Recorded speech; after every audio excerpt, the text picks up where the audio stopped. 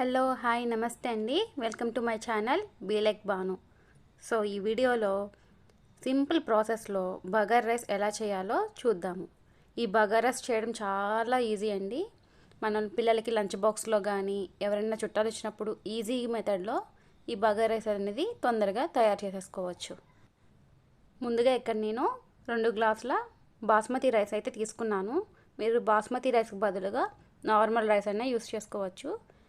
ముందుగా ఈ బియ్యంలో వాటర్ యాడ్ చేసి క్లీన్ చేసుకోవాలి.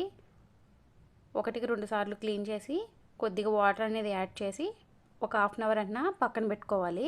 ఇలా రైస్ని సోక్ చేయడం వల్ల రైస్ అనేది చాలా పర్ఫెక్ట్గా కుక్ అవుతుంది. తర్వాత ఇక్కడ మసాలా దినుసులు అనేవి ఇలాగా ముందుగా రెడీ చేసి పెట్టుకోవాలి.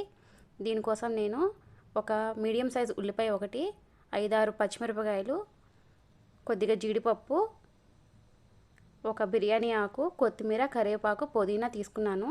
అలాగే ఒక స్టార్ పువ్వు, ఒక ఇలాచి, దాల్చిన చెక్క, కొంచెం 4 లవంగాలు, అలాగే కొద్ది షాజీరా తీసుకుని ఇలాగా బిర్యానీ దినుసు అన్ని పక్కన పెట్టుకోవాలి. ఇప్పుడు స్టవ్ వెలిగించి మందపాటి ప్యాన్ పెట్టుకోండి.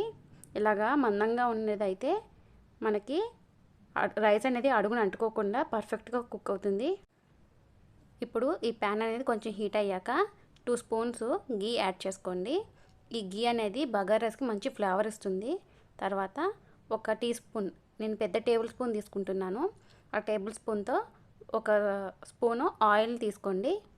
ఈ ఆయిల్ హీట్ అయ్యాక ముందుగా మనం తీసి పెట్టుకున్న ఈ మసాలా దినుసులని ఈ ఆయిల్లో యాడ్ చేసుకోవాలి.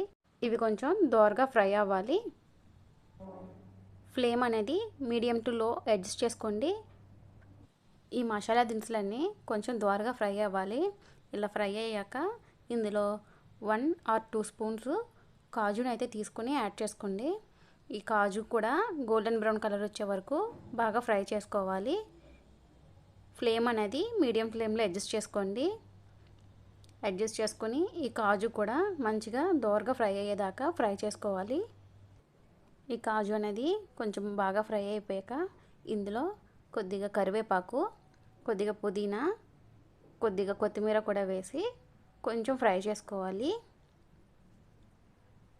ఇవి కూడా బాగా ఫ్రై అయిపోయాక ఇందులో ముందుగా తరిగి పెట్టుకున్న ఆనియన్స్, చిల్లీ యాడ్ చేసుకోవాలి. ఆనియన్ ఒక 50% కుక్ అయితే సరిపోతుంది. మరి బ్రౌన్ కలర్ అయితే రావాల్సిన అవసరం లేదు. సో ఇలాగా ఒకసారి మొత్తాన్ని కలిసేలాగా కలుపుకొని ఆనియన్ అనేది ఒక 50% కుక్ అయ్యేలాగా చూసుకోవాలి. ఆనియన్ కుక్ అయ్యాక ఇందులో 2 స్పూన్స్ అల్లం వెల్లుల్లి పేస్ట్ వేసుకోవాలి. ఇది ఫ్రెష్గా దంచిన అల్లం వెల్లుల్లి పేస్ట్ వేసుకోండి. బగారా రైస్కి మంచి టేస్ట్ని అయితే ఇస్తుంది. అల్లం వెల్లుల్లి పేస్ట్ అనేది బాగా కుక్ అయ్యి పచ్చివాసన పోయేంత వరకు బాగా ఫ్రై చేసుకోవాలి.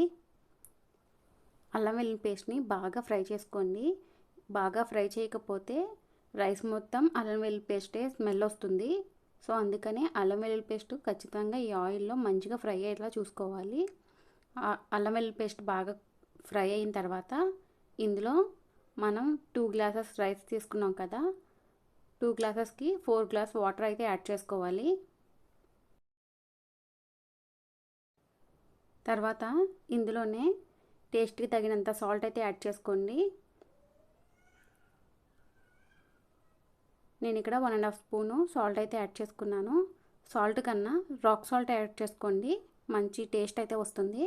ఇప్పుడు ఈ ఎసరు అనేది బాగా మరగాలి. సో ప్లేట్తో కవర్ చేసుకుని ఎసరు అనేది బాగా మరిగిన తర్వాత ఇందులో 1/2 స్పూన్ కారం వేసుకోవాలి. తర్వాత 1/2 స్పూన్ ధనియాల పొడి వేసుకోవాలి.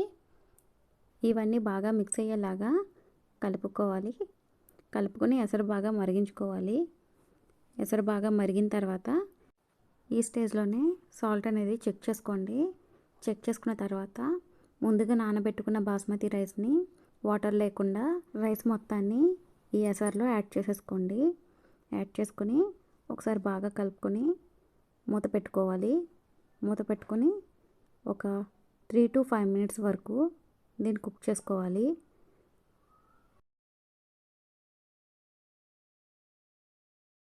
ఒక 5 minutes తర్వాత మూత తీసి కొద్దిగా కొత్తిమీర, కొద్దిగా పుదీనాతో గార్నిష్ చేసేసుకోవడమే.